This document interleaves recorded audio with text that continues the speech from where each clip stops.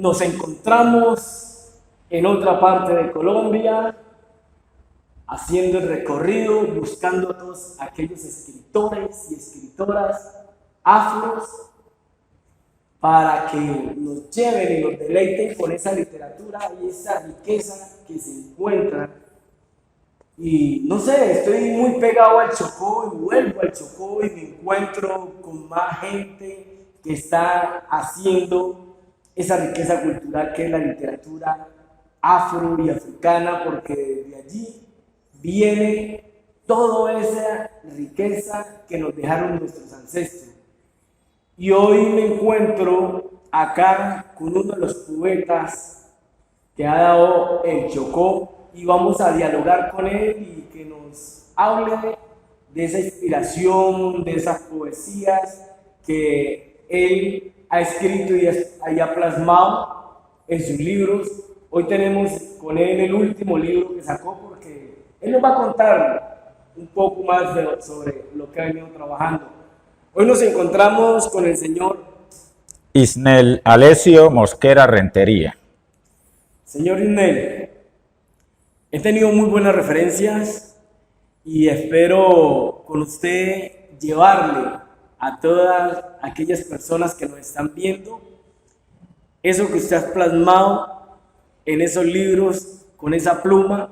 Y primero yo le pregunto, cuando estoy con un escritor afro, descendencia afroafricana, porque aquí hablamos de literatura afro y africana, y es: ¿cuál ha sido esa diferencia para usted entre la literatura afro y africana?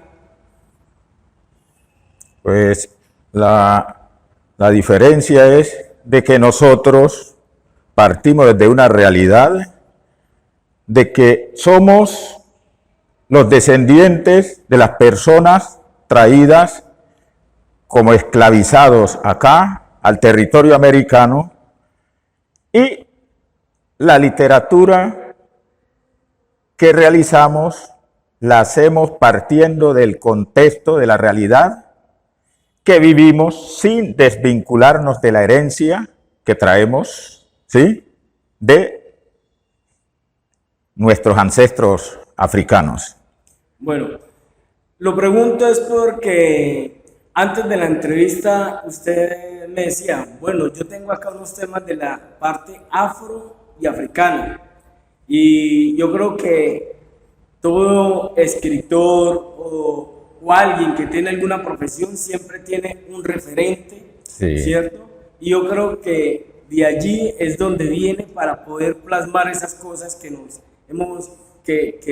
ustedes se han planteado a la hora de escribir. ¿Cuál ha sido esos referentes africanos o afroamericanos o latinoamericanos para que usted escriba? Sí. Por ejemplo, con respecto a lo africano, trato en primer lugar de recordar o de visibilizar, mejor decir, visibilizar los aspectos de nuestra cultura y el por qué estamos nosotros hoy aquí. Entonces, por ejemplo, hay una composición donde yo digo: ¿qué pasó el 12 de octubre? Celebración humillante. Entonces yo ahí en esa composición trato de mostrar todo ese fenómeno que se dio en el proceso de conquista y colonización de América, lo que repercutió con los pueblos de África, en los pueblos de África y en los pueblos indígenas de América. Entonces, yo trato de explicar. Y, por ejemplo, hay una parte donde se revelan las castas ocultas que hubieron en ese proceso de colonización, de conquista y colonización que se fueron generando, ¿sí? Por ejemplo, nosotros allá en Novita desarrollamos con un profesor que murió, el finado Manuel Cristóbal Rivas, un proyecto en los estudiantes, castas ocultas en la colonia. ¿Y de qué se trataba esas castas? Castas ocultas. Son esos grupos que se van generando esos niveles sociales que se van dando a raíz del mestizaje, ¿sí? Del mestizaje. Entonces son esas castas ocultas. En la medida en que hay mayor aporte de sangre de los esclavizados y de los indígenas, se va ocupando un nivel más bajo en la estratificación social. Entonces yo creo que tal vez más adelante lo puede ver en esa poesía. Bueno, ahora leemos una parte de esa poesía. Pero también hablando con usted y me decía que quien también lo llevó a escribir era porque muy joven sus padres empezaban más que a leerle, a recitar, porque en ese momento sí, Cai no se leía y Cai sí, no había libros, sino que era más bien de esa oralidad. Sí, sí. ¿Cómo fue ese proceso? Bueno, nosotros, por ejemplo, cocinábamos con el fogón de leña. Entonces teníamos los días donde íbamos a cortar la leña para almacenar la leña ahí para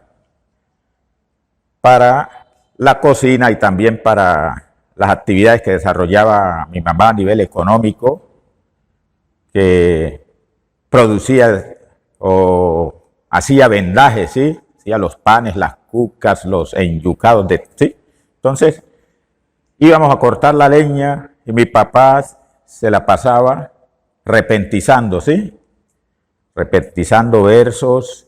Y mi mamá también se la pasaba recitando, ella vivía recitando, y uno de tanto oírla, yo de tanto oírla, me aprendía. Ellos en sus quehaceres. Sí, estaban trabajando, sí. Por eso dicen que acá cuando se cocina tiene otra cosa diferente, sí, porque va acompañado siempre. Sí, o del baile, o del canto, o de la poesía. O un recital poético, sí, y por eso que creo que eran las cosas más sabrosas, ¿no? Sí.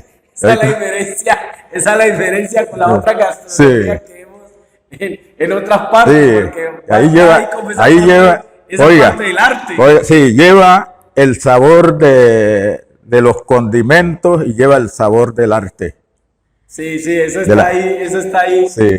Sus mujeres moviendo la cintura, cantando, sí, y eso hace que eso sea más sabroso. Sí. Bueno, hablábamos que usted ha escrito 4 libros. Publicado. Esos libros, podemos hablar un poco de ellos. ¿Cuál fue el primer libro que escribió y fue inspirado y basado en qué? Bueno, el primer libro que publiqué se llama Canto a mi pueblo. Canto a mi pueblo. Entonces, ahí tomo de diferentes temáticas, ¿cierto? Que tomo, por ejemplo, cosas del acontecer histórico del Chocó. Tomo la cuestión de exaltación de nuestras mujeres, nuestras madres negras, ¿sí? Entonces, tomo de lo que tiene que ver con el medio ambiente, así como en este último. Entonces, ahí en ese canto, mi pueblo está recogiendo mucho de las tradiciones, sí, del quehacer cotidiano, sí, y eso está mal, esos cantos los trajo sí, a poesía, sí, o cómo es ahí. Sí, no, es que la poesía en sí es un canto. Entonces, por eso digo, yo canto a mi pueblo, porque la poesía es un canto. O sea, la poesía yo la considero un canto, porque en realidad Sí, es una forma de Sí, versearla, de sí. llevarla. Bueno, y después, ¿cuál fue, después de ese primer libro, cuál fue el otro que... Entonces se publicó una, estamos con la experiencia del finado Rafael Gómez, creo que ahí estuvo también Sergio Mosquera. Y ustedes son mosqueros, ustedes no Sí, tienen nada que ver por ahí, no tienen esa familiaridad de allá de San Juan. sí, allá, ahí pues, esos Mosqueras todos estamos marcados con la cuestión de ese apellido no era nuestro, lo impusieron los esclavizadores, ¿cierto? Como ellos le ponían, marcaban la carimba, que Sergio nos habla mucho con el nombre de los esclavizadores y vaina, los apellidos. Entonces, cuando no, pero me gusta la parte de las personas que conservaron, que los llamaban de allá, donde eran, los llamaban, por ejemplo, sus apellidos o los lugares de allá de donde venían, ¿sí? Los carabalí. Los Carabalí, los Minas, los Lucumí, ¿no? Los Balantas. Entonces son que conservaron que esos apellidos que ellos tienen hoy nos marcan ruta de dónde procedemos nosotros, ¿sí? También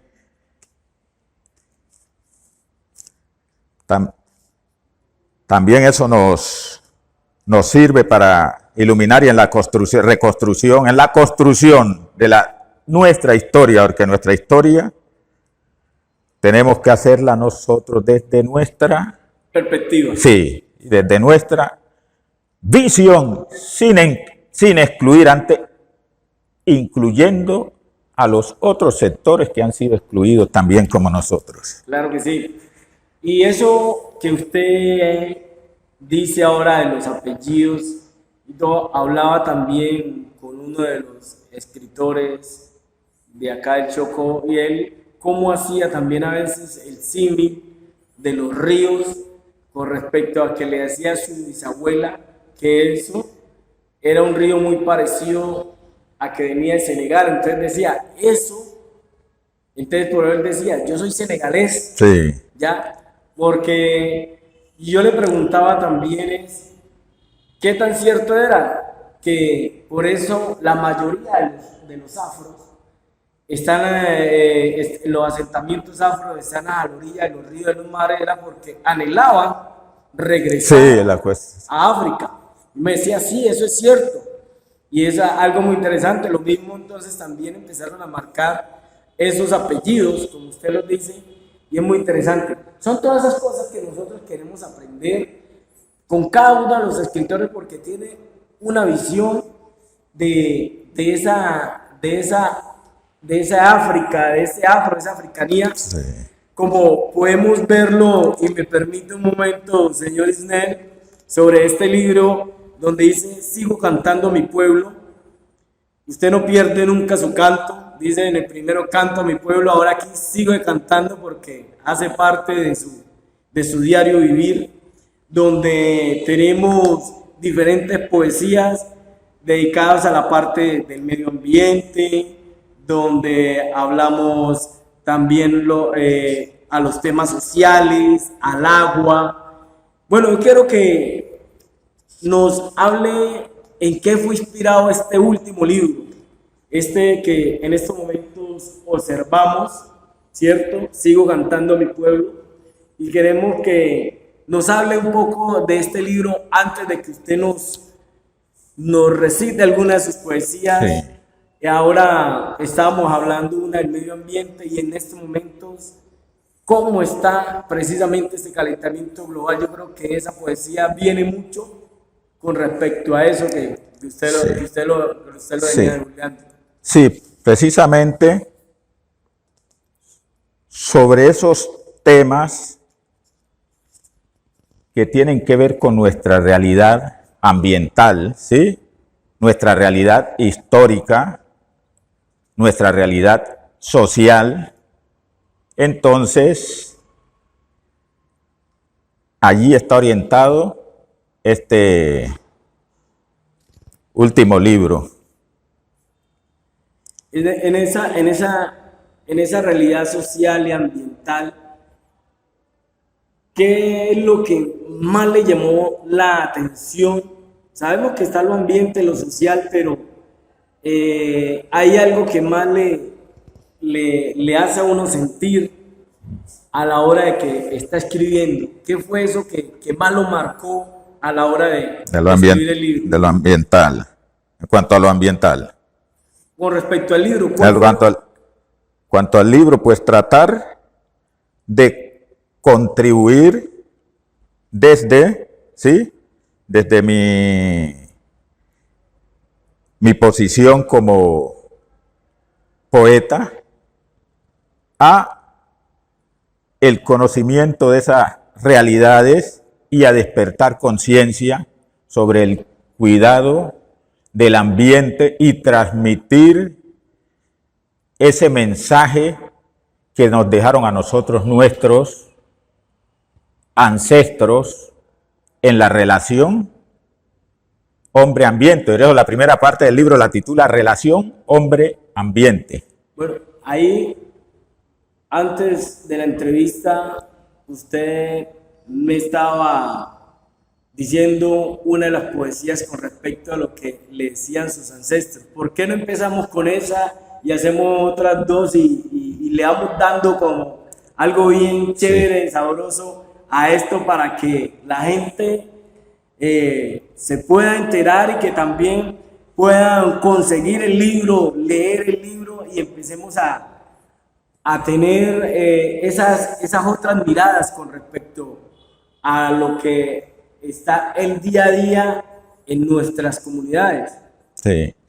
Pues sí, entonces, por ejemplo, yo ahí en el libro inicio en la parte ambiental, inicio relaciones hombre-ambiente con una que titula Cuidado con el ambiente.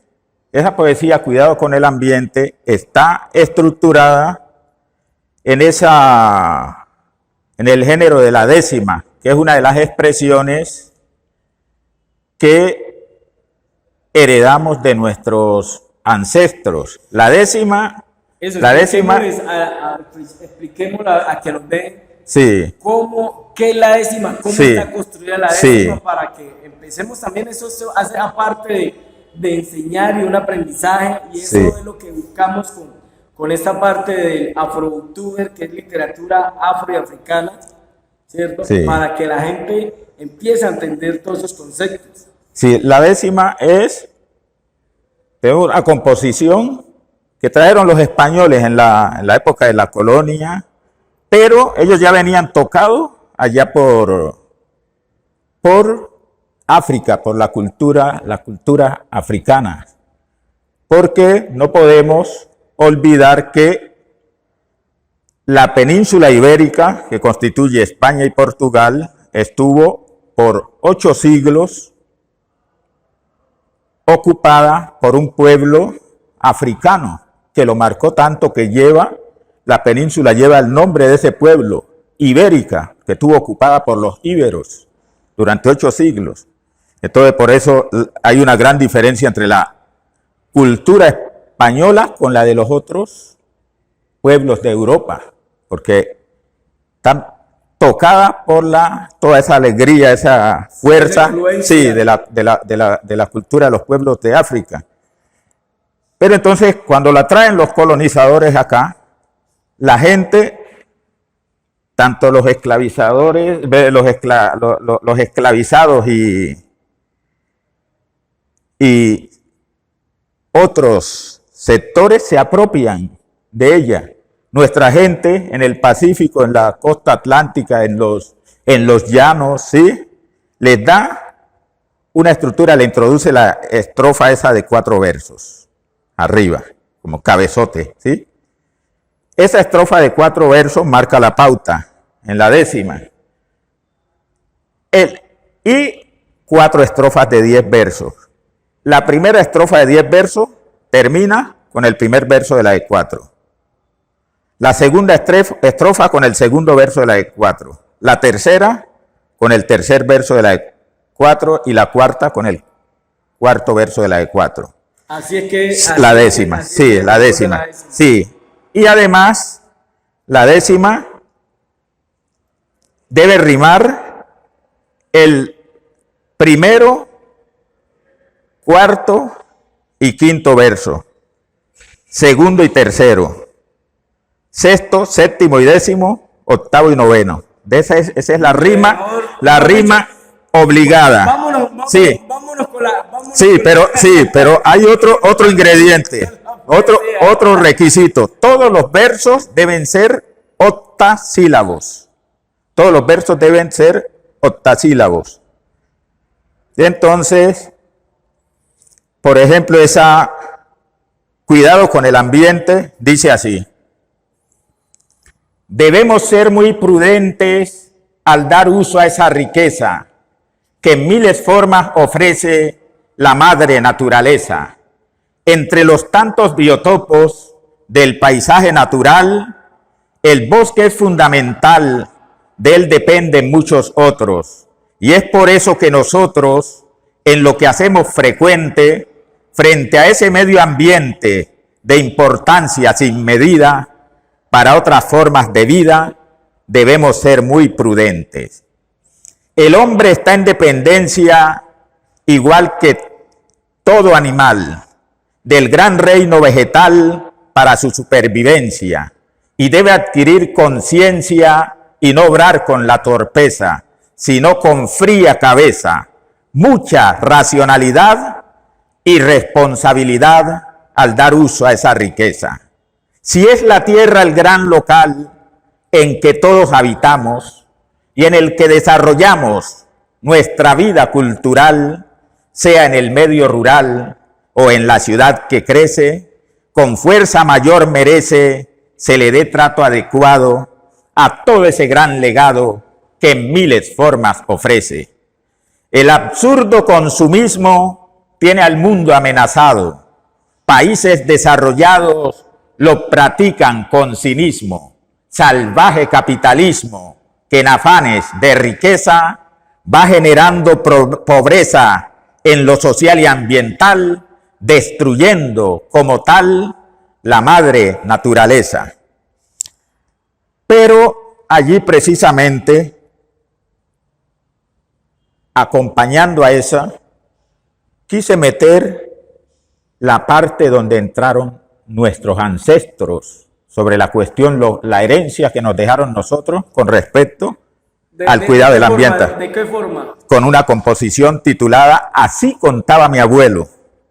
Entonces, le dice, mi papá a mí me contó lo que le contó mi abuelo. Lo lindo y productivo de nuestros ríos y suelos. La pesca, caza, cultivos, como milagro del cielo, daban al hombre nativo la base de su sustento, y el mazamorreo del oro secundaba complemento. Es que mi abuelo añoraba la vida de aquellos tiempos en que la tierra lucía ante el cielo o firmamento una flora y una fauna vistiendo en vivo su cuerpo, lagos, ciénagas, quebradas secundaban complemento. Así mi abuelo contaba. El hombre le daba un uso muy racional a los suelos, aprovechaba los recursos sin depredar tanto el medio. Un convivir armonioso, como manda Dios del cielo, fue clave del paraíso de los tiempos de mi abuelo, que hoy destruye un desarrollo o mal llamado progreso. La tierra es la vida misma, rezaba un sabio precepto, que hace parte de la herencia transmitida por ancestros. Es por eso cosa rara que hoy se presenten expertos con el cuento de enseñarnos el cómo cuidar el medio, y detrás de ello vengan depredadores siniestros que hacen de la madre tierra un fatídico desierto. No quiero de esos expertos. Mi abuelo fue un gran maestro. Excelente, o sea, eso es lo que estamos viviendo ahora. Bueno, ¿cómo está haciendo usted con toda esta inspiración, con estas poesías, a través de qué ejercicio está haciendo para que las nuevas generaciones puedan también crear esas composiciones, esas décimas, esa poesía? ¿Qué trabajo está haciendo usted en estos momentos Sí. con respecto a eso, con las nuevas generaciones, Sí. que son las que tenemos que incentivarlas a que escriban, a que lean, porque igual sabemos que el mundo viene cambiando, Sí. ya se lee más en el internet, poco los libros? ¿Cómo estamos haciendo? Sí, bueno, actualmente, en primer lugar, yo soy de Andagoya, la cabecera municipal del Medio San Juan. Y allá, Andagoya e Ismina, allá estamos tratando de impulsar un trabajo de escuelas literarias, ¿sí? Con un grupo de profesores, profesoras y otras personas. Y acá, por ejemplo, yo trabajo acá en Quibdó, sí, aquí en Quibdó.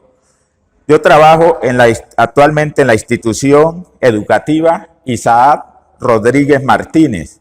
Entonces, la institución educativa Isaac Rodríguez Martínez está adoptando la modalidad de arte y tecnología, ¿sí? Se está orientando a esa modalidad. Entonces, yo estoy trabajando, soy del área de ciencias sociales, pero estoy trabajando con el área artística ahorita. Y allá estamos nosotros implementando un proyecto que se llama Encuentro Interinstitucional de Recreación de la Palabra en las expresiones de la herencia ancestral. Entonces estamos tratando de desarrollar ese proyecto. Si no, no pudimos arrancar debidamente el año Inmediatamente pasado, sí, el año pasado, porque hay problemas, así que el gran problema que hay en Colombia con las construcciones que están paralizadas en las instituciones. Entonces, no tenemos espacio para trabajar, pero entonces sí, para trabajar con las otras instituciones. Entonces estuvimos desarrollando una serie de actividades que hemos retomado este año a nivel interno, ¿sí? Ok. Señor Inner, uno siempre evoca su parte afro y esas cosas. Yo quiero entrar un poquito fuera de esa literatura. ¿Qué lo hace usted tener esa indumentaria que tiene en estos momentos y que hace que eso es como que está inspirado en sus ancestros y que también eso hace parte para llevarlo y para la cuestión de que la gente, por ejemplo, hay muchas personas que me ven me ven este collar y me dicen, ay, ¿usted es indígena? Porque yo tengo este collar, pero le digo, yo lo veo a usted con unas cuestiones que no son los indígenas. Yo soy, por ejemplo, nosotros acá llevamos sangre indígena, porque acá se dio un mestizaje y fuimos tocados por esos mestizajes se dieron acá. Y somos los indígenas, compartimos el territorio, compartimos elementos culturales en todo ese intercambio que se ha dado. Pero yo lo veo usted con cosas que son de allá, de Europa, y yo no le digo a usted nada, ¿cierto? Entonces esto tiene que ver con mi identidad, porque hay personas que se avergüenzan y hay personas que, por ejemplo, dicen, cuando oyen que uno habla hay personas que escuchan, por ejemplo, la poesía esa, ¿qué pasó el 12 de octubre? Que no, que esa cuestión como que recordando que unos tiempos tortuosos de la esclavitud. Pero entonces yo les digo, eso precisamente es lo que quieren los descendientes de los esclavizadores, que nosotros olvidemos la historia. A mí no me tortura el recordar la historia pasada, sino que me previene sobre lo que pueda suceder, sí, o que se repita, si la olvidamos. Eso hace a partir de los libros, de lo que escribe. Cuando uno está inspirado, escribe este libro, este último, usted lo escribió con la intención de llegarle a quién o a quiénes. No, pues yo escribo abierto para todo, porque abierto para todo el público, y en especial para visibilizar ante los otros sectores de la población colombiana la realidad histórica nuestra, nuestro contexto, ¿sí? Nuestra realidad social, nuestra realidad ambiental, abierto para el mundo. Porque va el mensaje a nuestra gente y el estímulo, ¿sí? Y va el mensaje hacia el mundo. Por ejemplo, cuando estuve en la Asamblea Nacional por la Paz, entonces me decía una francesa que ella tuvo sus hijos acá. Nacieron acá en Colombia, porque ella estuvo trabajando por un poco de tiempo en la Embajada de Francia. Y todas sus hijas habían nacido acá, sus hijos. Y ella, dígame, me gusta la historia de Colombia, la historia de América, como la de Francia. Y me dice, en esa poesía, ¿qué pasó el 12 de octubre? He recibido la mejor cátedra de historia que he recibido en mi vida. Tenemos que decirla ahora. Le voy a preguntar, este libro, ¿cuántas poesías tiene? ¿Cuántas poesías contiene? Ahorita no recuerdo cuántas tenga. No me detuve. No, bueno, sí. Sí, porque es un libro que tiene 289, 290 páginas. O sea, que tiene bastantes poesías. Estas no son 2 o 3. ¿Cuánto se tardó usted en escribir este libro? El cálculo no, porque como uno no escribe así en bases a cálculo y tal, uno va escribiendo. Y después va recogiendo después los plasma. Sí, después cuando coge lo que piensa publicar. Bueno, ¿cuántas escribió? Y cuántas? O sea, me imagino que tuvo N cantidades y muchas se quedaron por fuera y otras se quedaron acá. Sí, hay unas que quedaron pendientes para otras publicaciones. Bueno, entonces para ir terminando, yo quiero entonces, que ya que me ha hablado tanto esa poesía del 12 de octubre, podemos mirar a la cámara, hacerla a la cámara y ya nos hacemos la despedida y donde encontramos el libro y le doy paso para que entonces nos dirijamos a la cámara con esa poesía del 12 de octubre. ¿Qué pasó el 12 de octubre? Celebración humillante. El tercer milenio avanza y seguimos en el cuento celebrando día de raza y de un tal descubrimiento. Me refiero en lo concreto al día 12 de octubre, que en los países nuestros celebrar se ha hecho costumbre. Esta es una fecha histórica, sí, para conmemorar por las consecuencias trágicas que les voy a recordar. Finales del siglo XV, década de los 90, nace en la historia del hombre una época de afrenta, y nuestra América y África sufren como consecuencia 5 siglos de saqueo, de racismo y de violencia. Se inicia con la llegada a este rico continente de personas europeas obrando violentamente. La España expansionista se encontró con esta tierra y a la población nativa acorraló con la guerra.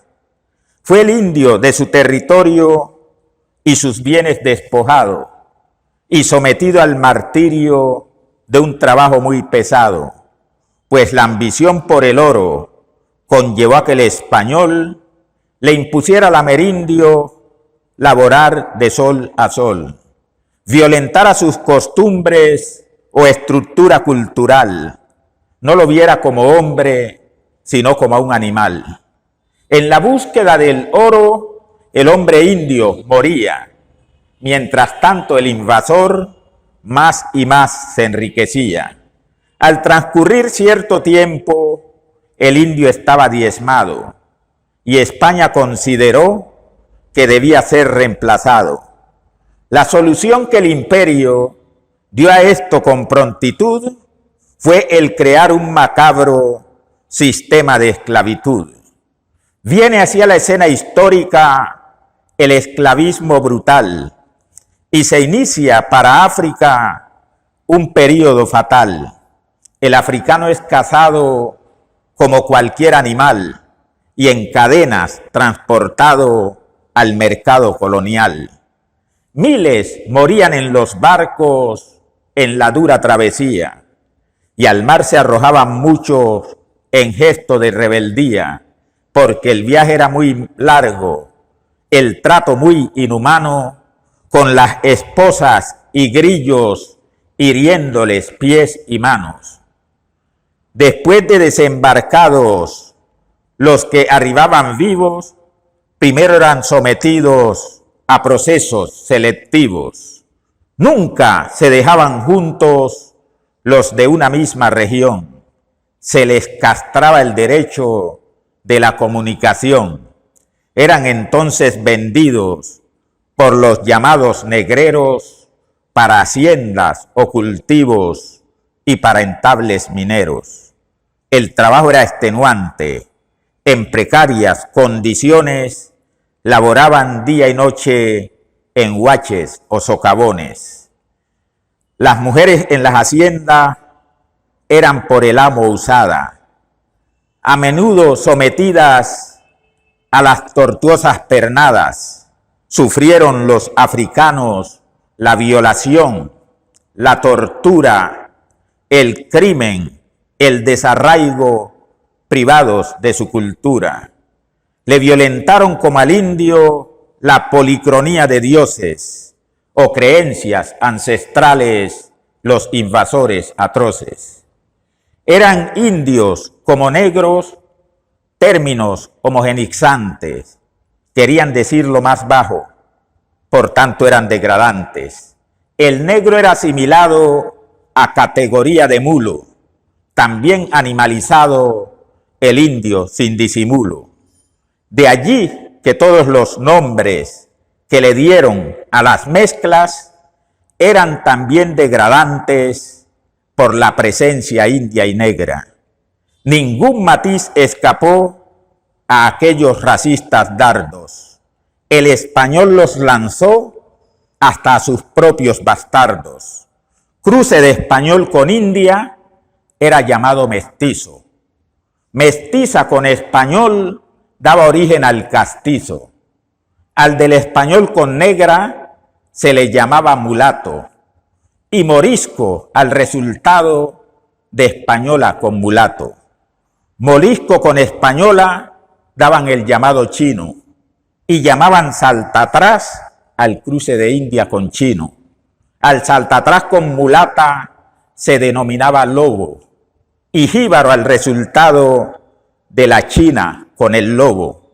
De jíbaro con mulata salía el albarrazado y de albarrazado y negra cambujo era el resultado. Del cambujo con la india se generaba el zambaigo y el calpamulato era hijo de loba y zambaigo.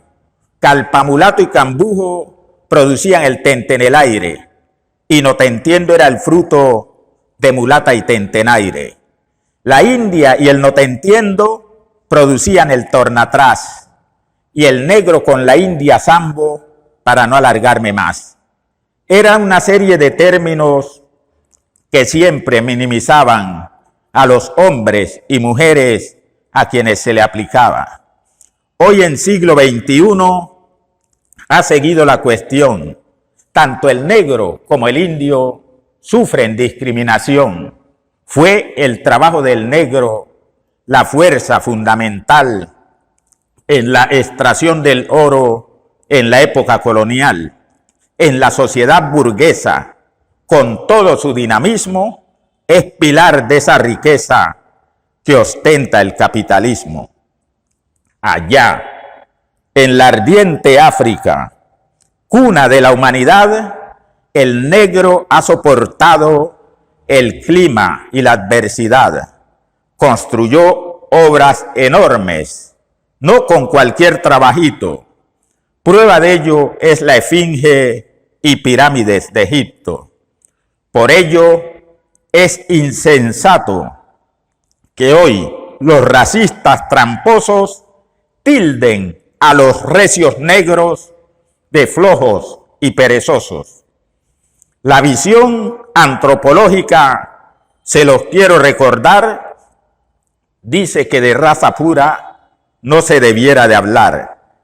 El hombre estaba mezclado siglos antes de Jesús, cosa que se ha demostrado con muy meridiana luz. Dejo con estas preguntas. ¿Amerita celebrar o es mejor que esa fecha sea para reflexionar? Excelente, excelente toda esa riqueza y esa enseñanza que nos dejan cada uno de nuestros escritores a través de su pluma, a través de sus libros. Y eso es lo que queremos, a partir de este Afrobooktuber, llevar toda esa riqueza cultural que tiene que ver con la literatura afro y africana.